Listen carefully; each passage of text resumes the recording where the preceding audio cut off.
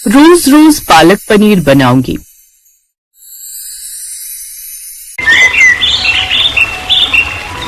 नासिक के रूपनगर कॉलोनी में सुबह सुबह हमेशा की तरह खुशबू से भरी थी। कहीं पराठे सेकने की महक आ रही थी तो कहीं तड़के की आवाज और कहीं बच्चों की खिलखिलाहट। मगर आज सबसे ज्यादा रौनक थी शुक्ला हवेली की रसोई में। क्यों? क्योंकि वहां खड़ी थी बहुत ही तेज तर्रार, जिद्दी और मनमौजी सिया, जो शादी के सिर्फ 2 महीने बाद ही पूरे परिवार पर छा चुकी थी। हे भगवान, ये ठंड आई ही क्यों? जब से पालक आया भाभी तो यही खिला खिला कर पका चुकी है हमें। सही कहा बेटी। लेकिन किचन में खड़ी सिया ने उनकी बातों पर ध्यान नहीं दिया। कुछ देर बाद सास मंदिर से घर लौटी और कुछ देर बाद रसोई में आई। अरे बहू, ये क्या? फिर पालक? कल भी बना था, परसों भी। हाँ सासू माँ, आज भी पालक पनीर ही बनेगा और आगे भी रोज बनेगा। पर क्यों? कोई कसम वसम खाकर आई है क्या मायके से जो तू हमें पालक पनीर ही बनाकर खिलाएगी? या किसी पंडित ने तुझे बोला है कि अपने ससुराल वालों को रोज रोज पालक पनीर खिलाकर ही तू मार डाल? हाँ, यूं ही समझ लो। कसम खाई है सेहत की, और पालक पनीर सबसे अच्छा है। अब चाहे दुनिया नाराज हो जाए, पर रोज पालक पनीर ही बनेगा। गौरी माथे पर हाथ रख लेती है और रसोई से बाहर चली जाती है। कुछ देर बाद वो खाना बनाकर बाहर ले आई। खाने को देखकर वो सब मुंह बना लेते हैं। फिर ननद प्रियंका बोली, भाभी, क्या आपने दुनिया में कोई और सब्जी देखी ही नहीं है? लौकी, तोरी, टिंडा, आलू, ये सब क्या म्यूजियम में रखे हैं? अरे ये सब खाओ तो दिमाग का कनेक्शन बिगड़ जाता है, लेकिन पालक पनीर ब्रेन को तेज करता है। तो फिर मुझे रोज क्यों खिला रही हो? मुझे तेज दिमाग नहीं चाहिए, मुझे सिर्फ स्वाद चाहिए। ये सब सुनकर अभिराज ने हंसते हुए कहा, प्रियंका ने दिमाग तेज किया तो वो हम सबको बोल बोल कर नचा देगी। इसका दिमाग ज्यादा मत बढ़ाओ सिया। फिर सिया ने सबसे कहा, देखो जी, रसोई मेरे हवाले है तो मेन्यू अब मेरा चलेगा।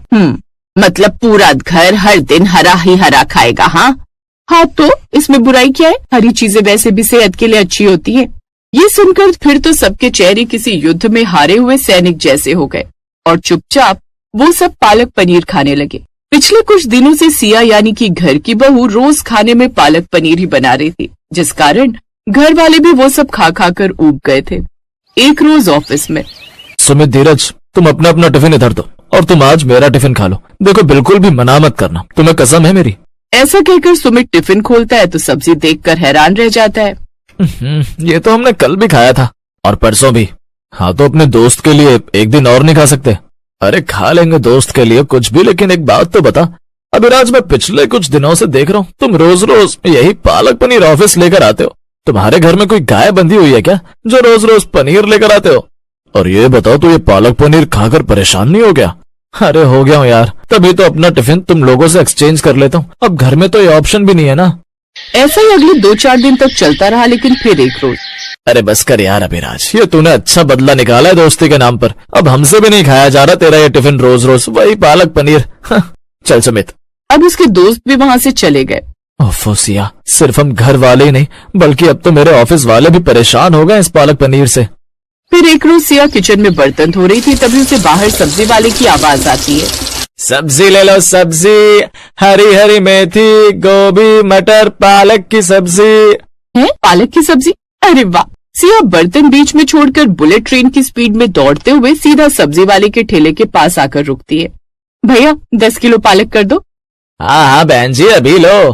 तभी मोहल्ले की दूसरी औरतें, अरे ये क्या बात हुई सिया, जैसे ही सब्जी वाला आता है तुम झट से पालक उठा लेती हो। हम लोगों को तो पालक देखने को ही नहीं मिलता। आज मेरा कितना मन था पालक के पकौड़े खाने का, लेकिन तुमने सारा पालक उठा लिया। हाँ तो पहले आओ पहले पाओ, और अगर इतना ही शौक है पालक के पकौड़े खाने का तो जाओ और जाकर बाजार से ले आओ। क्यों? हम क्यों 5 किलोमीटर दूर जाएं सब्जी लेने? हाँ, तुम्हें पालक खाने का शौक है तो तुम जाओ, और भैया तुम भी इसे इनकार नहीं कर सकते।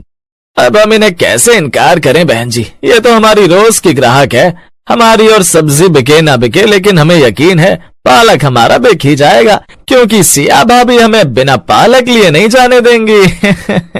बिल्कुल ठीक कहा भैया, लाओ मेरा पालक दो। बस फिर क्या था, सिया सारा पालक लेकर वहां से चली गई और मोहल्ले की औरतें उसे घूरती रही। कुछ देर बाद उसकी सास गौरी जैसे ही मंदिर से घर आ रही थी तो वो सभी उसे घेर कर खड़ी हो, गौरी आंटी, आपकी बहू की वजह से हम सब्जी नहीं ले पाते। क्यों, उसने तुम्हारे हाथ बांध रखे हैं क्या? अरे नहीं, वो बात नहीं है, लेकिन जैसे ही सब्जी वाला आता है वो सबसे पहले सारा पालक उठाकर ले जाती है। हमें तो उससे पालक खरीदने के लिए बचता ही नहीं है। एक बात बताओ, आपने अपने घर पर कोई गाय भैंस बांधी है क्या, जो रोज रोज वो इतना पालक लेकर जाती है? एक हम है जिन्हें उसकी वजह से पालक देखने को भी नहीं मिलता। अरे शुक्र मनाओ, तुम्हें देखने को भी नहीं मिलता। एक हम है जो पालक देख देख कर और खा खा कर परेशान हो गए, और वो गाय भैंसे है ना हम लोगों की, जो रोज वो सब खाते हैं। खैर अब मैं चलती हूँ। ऐसा कहकर गौरी चली गई। लो जी, अब तो पड़ोसियों के भी उलाहने आने लगे हैं। पहले तो हम ही परेशान थे, लेकिन अब तो वो सब भी परेशान हो गए इसके पालक से। क्या बताऊं माँ, मेरे ऑफिस के दोस्तों ने तो मुझसे बात करना भी बंद कर दिया, क्योंकि मैं रोज रोज पालक पनीर ही लेकर जाता हूँ टिफिन में। सिया की इन हरकतों से वो परेशान होने लगे थे। उस रोज भी दोपहर का खाना लग चुका था। थाली में फिर रोज की तरह वही पालक पनीर देखकर सास ने कहा, हम सब मिलकर निर्णय लेते हैं, आज से घर में पनीर और पालक बंद। अब से ये घर में नहीं बनेगा, और अगर ये बनेगा तो हम खाना नहीं खाएंगे। फिर सबने एक साथ उनकी हाँ में हाँ मिलाई। लेकिन फिर सिया ने सांस भरते हुए कहा, ठीक है, और मेरा निर्णय ये है कि अगर घर में पालक पनीर बनना बंद हुआ तो फिर मैं खाना ही नहीं बनाऊंगी। बाकी आप लोगों की मर्जी। बहू का ये फैसला सुनकर सब चौंक गए। ये कैसी धमकी है सिया? चाहे इसे धमकी समझो या जो मर्जी समझो। फिर गौरी ने गुस्से में कहा, जा मत बनाना खाना, हम अपना बना लेंगे। उन सब की बात सुनकर सिया कमरे में चली गई। अब घर में सन्नाटा छा गया। सास गौरी उठी और रसोई में कुछ बनाने लगी। उसने सबके लिए उस दिन गोभी की सब्जी बनाई। कुछ अलग खाना खाकर उस दिन सबको बड़ी तृप्ति मिली, लेकिन सिया ने उस दिन खाना नहीं खाया। वो तो अपने कमरे में बैठी रही। फिर प्रियंका पानी लेने रसोई में गई तो उसे अपनी भाभी के कमरे से फुसफुसाहट की आवाज सुनाई दी। सिया मोबाइल पर किसी से बात कर रही थी। हाँ मम्मी, मैं रोज पालक पनीर बनाती हूँ ताकि वो आप तक पहुँचा सकूं। डॉक्टर ने कहा है कि आपकी कमजोरी पालक और पनीर ही ठीक करेंगे। देखना आप जल्दी ठीक हो जाएंगी। आप ये मत सोचना कि आपके पास कोई नहीं है। आपकी ये बेटी आपका अच्छे से ख्याल रखेगी। ये सुनकर प्रियंका का दिल पसीज गया। वो चुपचाप वापस चली आई। प्रियंका ने सबको बुलाया और अपनी भाभी को भी बुलाया। सिया बाहर आई तो उसकी आंखें सूजी हुई थी। ये क्या बहू, तुम रो रही थी? मैं जानती हूँ तुम्हें बुरा लगा होगा, लेकिन सच कहूँ तो हम भी एक ही चीज रोज रोज खाकर पक गए हैं। हाँ बहू, हमारी समझ में ये नहीं आता कि तुम भी रोज रोज एक ही चीज क्यों बनाती हो। माँ पापा, असली वजह मैं बताती हूँ। भाभी ये सब शोभा आंटी के लिए बना रही थी। शोभा जी के लिए? क्यों, आखिर बात क्या है सिया? फिर सिया ने पूरा राज खोल दिया। माँ जी, आप तो जानती है मेरा कोई भाई या बहन नहीं है, और न ही मेरे बाबा है। मेरी माँ अकेली रहती है। पिछले कुछ दिनों से वो बीमार थी, जिससे उनमें खून की कमी और कमजोरी आ गई है, और डॉक्टर ने अगले 1 महीने तक रोज पालक पनीर खाने की सलाह दी है। इसलिए मैं रोज पालक पनीर बनाने के बाद उन्हें भी रोटी सब्जी दे आती थी, ताकि वो जल्द से जल्द ठीक हो सके।